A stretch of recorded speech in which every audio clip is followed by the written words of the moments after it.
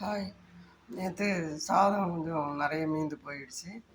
அதை வத்தல் போடலாம்னு சொல்லி அதை பிழிஞ்சு எடுத்து வச்சுருக்கேன். அந்த நீர் தண்ணியை வந்துட்டு செடிங்களுக்கு ஊற்றிடுவேன். நல்லா சத்தாக உள்ளது, ஸ்டார்ச் நிறையா இருக்கும் இதில். வேஸ்டே பண்ண மாட்டேன், போடுவேன்.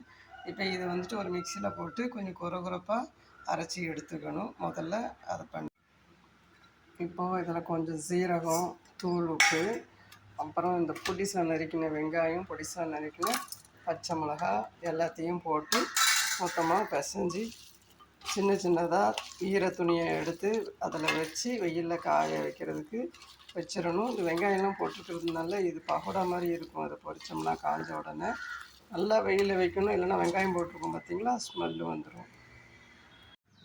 ஹாய். எல்லாம் வெயிலில் காய வச்சாச்சுங்க. 4 நாள் காய வச்சா போதும், பொரிச்சு எடுத்து சாப்பிட்லாம். ஓகே, பாய். திருநெல்வேலியிலேருந்து நாளினி.